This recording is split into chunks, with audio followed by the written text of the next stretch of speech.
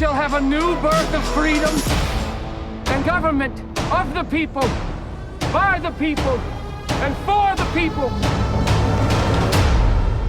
shall not perish from the earth.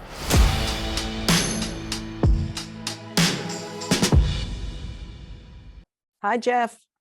Hi, Doris. Jeff in Las Vegas. Good morning to you. So great to speak to you again. Oh, I'm glad to talk to you again, too. This is good.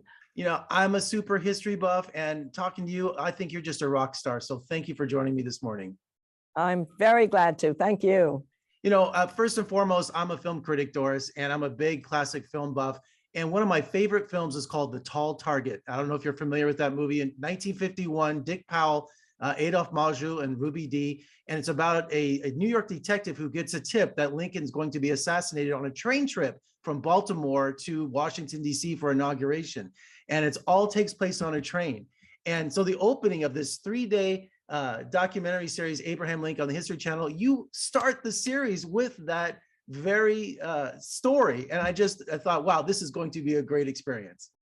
No, I hope so. Really, I mean, that's the thing. There's drama, there's context, there's history, there's humor. I mean, all the human emotions, I think, come out in this combination of an historical docudrama, which has both the scripted scenes and the actors and scenes like you're describing. That first scene when Lincoln is coming from Philadelphia to Baltimore and having to go through a place where they know they're going to assassinate him. They have to refigure out the train schedule, and it makes it dramatic right from the start. And unfortunately, you have that shadow over him until the day at the end of his life when he actually will get assassinated.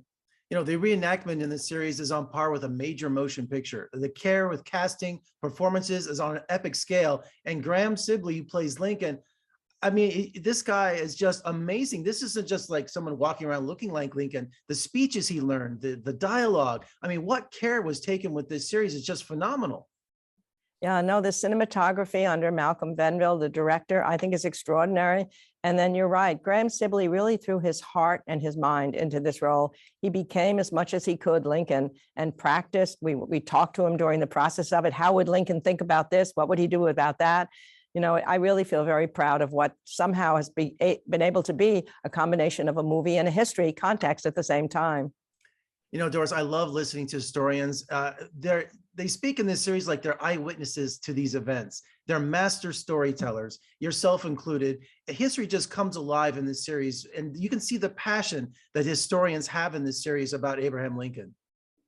I think you're right. You know, of all the fellow historians that I've talked to, they feel like living with Lincoln has made them a better person. I remember when I first started doing this so many years ago, and I met the great Lincoln scholar, David Donald, and he showed me his library. There was no sense of competitiveness. He just wanted Lincoln to be dealt with well by yet another younger historian. And there's something about him. I've lived with him for a quarter of a century. I've waken up with him in the morning. I think about him when I go to bed at night. He was sort of like the other man in my marriage, but my husband was never really jealous because he knew he wasn't truly alive at that period of time. But sometimes I feel like he still is alive. That's the impact that you have as an historian. You want to feel like you know these guys and you can talk to them and you can imagine that they're still with us, which is what the best thing of all. And Doris, I wanted to talk to you, being such a history buff. And when I was a kid, I studied the presidents in grammar school. I mean, I just love American history. And I just wanted to ask you your opinion on cancel culture, because it's important to educate the public and the next generation. And, you know, taking Thomas Jefferson's statue out and just all of these things, they're just, our history is under attack. What should the next generation understand about Abraham Lincoln and the context of his life in those times? I think the word you use is exactly right, context. It's so important for us looking back on a period of time, 150, 200 years ago, to understand that they're going to disappoint us in terms of how they felt about certain issues that we feel differently about today. But you have to look at them as a whole. And you look at Abraham Lincoln, what he was able to do in terms of finally being able to restore the Union and emancipate the slaves. He had to worry about public sentiment. That's the interesting thing, as you know from this, watching this film. Frederick Douglass is a major character in it, and Douglass caught it exactly right. Frederick Douglass could be an agitator from the outside, and he said when he looked at Lincoln's life at the end that if you judged him by abolitionist standards, he was slow and cold and indifferent. But if you judged him by the standards of somebody who had to lead the country and educate public sentiment, he was forward and determined and resolute. And I think that's what we have to remember when we look back at history. Obviously, sometimes these people are not going to say the things we wish they would now, but you have to take them who they are at that time and look at the balance of what they achieved. And overall, there's no question, the balance of what Lincoln achieved will put him in the great category. I think for as long as I think as long as history is read.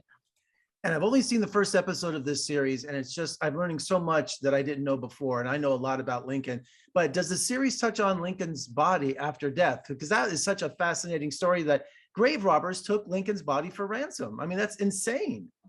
Yeah, I mean, we don't do that in here, but it is an extraordinary story. And his son, Robert Lincoln, had to remove the body and put it in a steel case, just fearing that something else might happen to it. And Doris, I don't know if you've seen this on YouTube, but there's an old broadcast of I've Got a Secret. And one of the guests is, they have to guess who he is, and his secret. He was at the theater during the Ford Theater during Lincoln's assassination. I mean, it's one of the most fascinating pieces of early television that I've ever seen. Oh, I don't know about that. You know, one of the things that makes me so sad about Lincoln's life is that it was only 5 days before he was killed that the war had come to an end. So after all the pressures he had lived under, and during those pressures, he sustained himself with his sense of humor. He was the one who kept everybody else's spirits going, but he was feeling that pressure continually. And then finally the war is over, and only 5 days to celebrate and to feel that sense of it's done. It just drives me crazy to have, I'm so sad that he wasn't able to experience that longer. Oh, it's tragic, isn't it? And well, finally today, Doris, you know, Turner Classic Movies this month has Henry Fonda as their star of the month, and Young Mr. Lincoln is one of my favorite films. And not only does Henry Fonda capture Abraham Lincoln, also Graham Sibley also captures that same that energy and everything. So it's just this wonderful series, Doris. And I appreciate you talking to me today. And let's talk again soon. Thank you so much. Thank you so much. Terrific.